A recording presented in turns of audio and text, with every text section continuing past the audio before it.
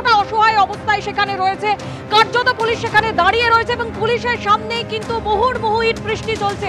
এক পুলিশ কর্মী তিনি আহত হয়েছেন এবং অন্যদিকে এমন একটি গাড়িতেও পুলিশের একটি গাড়িতেও আগুন ধরিয়ে দেওয়া হয়েছে। অর্থাৎ কিনা পুলিশের সামনেই ঠিক যেভাবে রণক্ষেত্রের চেহারা নিয়েছে মহেশতলা, দফায় দফায় ইট বৃষ্টি, সেখানে আগুন লাগিয়ে দেওয়া হচ্ছে, গাড়িতে ঢুকে হামলা চালানো হচ্ছে, দোকানে ভাঙচুর চালানো হচ্ছে। এর আগেই আপনাদেরকে জানিয়েছিলাম যে দুই গোষ্ঠীর সংঘর্ষে রণক্ষেত্রের চেহারা নেয় মহেশতলা। একটি দোকান বসানোকে ঘিরে এই সংঘর্ষ হয় এবং তারপরেই রণক্ষেত্রের চেহারা নেয় এই মহেশতলা। সেই ছবি আপনারা দেখতে পাচ্ছেন।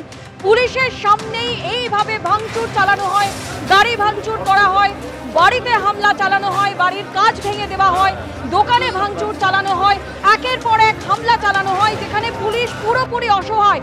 পুলিশ দাঁড়িয়ে রয়েছে এবং পুলিশের সামনেই মুহুর্মুহু ইট বৃষ্টি চলছে। সরাসরি আমাদের প্রতিনিধি আবির দত্ত আমাদের সঙ্গে রয়েছে। আবির, আমরা সেই ছবি দেখলাম যে পুলিশ কতটা অসহায়।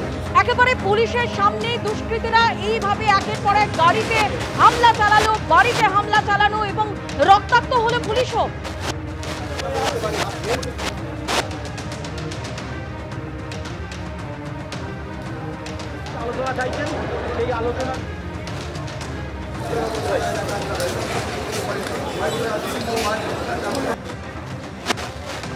যান্ত্রিক কারণে আমাদের প্রতিনিধির সঙ্গে যোগাযোগ বিচ্ছিন্ন হয়ে গেছে। আমরা যোগাযোগ করবার চেষ্টা করছি। মহেশতলার রবীন্দ্রনগরের ছবি আপনারা দেখতে পাচ্ছেন, যেখানে পুলিশের বাইকেই একেবারে আগুন ধরিয়ে দেওয়া হয় এবং পুলিশের সামনেই কিন্তু পুলিশের বাইকে আগুন ধরিয়ে দেওয়া হয়, পুলিশ রক্তাক্ত হয়। সরাসরি আমাদের প্রতিনিধি আবির দত্ত আমাদের সঙ্গে রয়েছেন। আবির, আমরা সেই ছবি দেখতে পাচ্ছি যে এখানে পুলিশ দাঁড়িয়ে রয়েছে পুলিশের সামনেই, যেখানে দুষ্কৃতীরা পুলিশকে লক্ষ্য করে ঘন ঘন ইট বৃষ্টি চালাচ্ছে।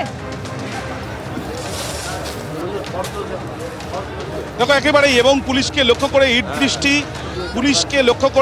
ইট বৃষ্টির সঙ্গে সঙ্গে আগুন লাগিয়ে দেওয়ার ঘটনা ঘটেছে বাইকে, এবং তার সঙ্গে সাথে পুলিশের গাড়িতেও ভাঙচুর।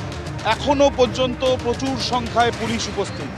যাদেরকে দূর থেকে দেখা যাচ্ছিল তাদের বেশ কয়েকজন পুলিশের সঙ্গে কথা বলছে, এবং এখনো পর্যন্ত নির্দিষ্ট করে সময় আসেনি, বা সেই সময়ও এখন বোঝা যাচ্ছে না যে এই পরিস্থিতি কি সম্পূর্ণভাবে স্বাভাবিক হবে, বা যদি স্বাভাবিক হয় সেটা কখন হবে। তার কারণ একের পর এক পুলিশকর্মী শুধু আহত হয়েছে এমনটাই নয়, এই অঞ্চলে সাধারণ যারা মানুষরা তারা কিন্তু সম্পূর্ণভাবে দেখা যাচ্ছে যে কেউই বাইরে নেই, এবং মানে বাড়ির ভেতর থেকে কেউ উঁকি মেরে দেখছে, কেউ ছাদ থেকে।